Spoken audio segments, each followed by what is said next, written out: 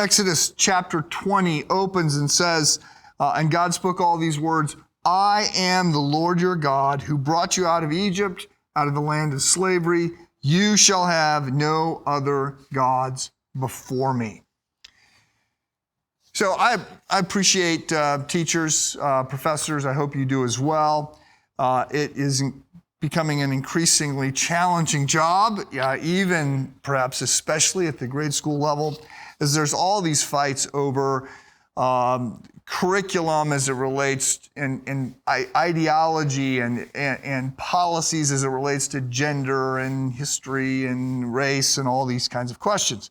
Because there's all kinds of worldview implications that are carried along in all of these policies and all of these decisions about curriculum and what is it that we're going to teach our children.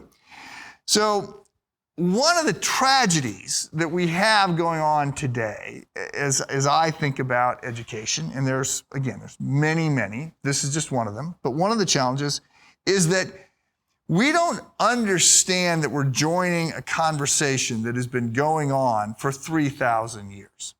So because we don't see the value of history, because many people don't go to college in order to learn how to think as much as they go to college to get a job and to have specific skills, because we're very skeptical these days of anything that has to do with Western civilization, anything that has to do with the Greeks and the Romans and the Hebrews or Christians, because lots of people even just hate sort of categorically, convictionally, they hate philosophy. We don't have this awareness that there is a discussion, big discussions about what matters most. And so as part of this series, in the book, I introduced these 7 questions. And in some of the people that have helped me by proofreading the book, they've accused me of bearing the lead, that actually the 7 questions are the most interesting or the most helpful piece. Actually not where we're going, but I do think the 7 questions help set up this whole series, because there's a bunch of questions, 6 questions, the 7th question being, how do we answer questions 1 through 6? And so what I want to do this week is just introduce and tease out these questions a little bit more than I did in the book. So the first question is, what matters most? What is of the greatest importance? What is the ultimate? Like, what am I supposed to be paying attention to? Or who am I supposed to be paying attention to? We may say, I am most important. In my life, I am the most important person or thing. My happiness or my power or whatever it is. So we could go down the path of just saying it's my pleasure. The most important thing to me is pleasure, because I think pleasure is going to make me happy. That we call this, the Greeks called this hedonism.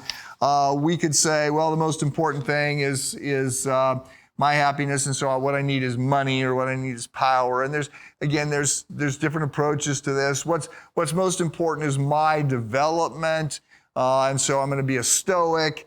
And there's lots of different ways that people answer this question.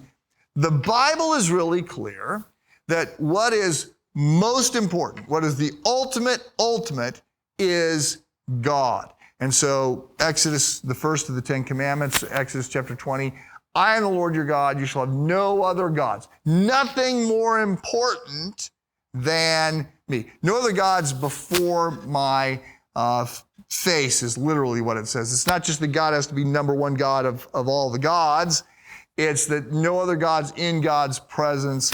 God is to be our highest priority. So I want you to wrestle with this first question each day. We're going to take a question. So today the question is, what is the most important thing to me?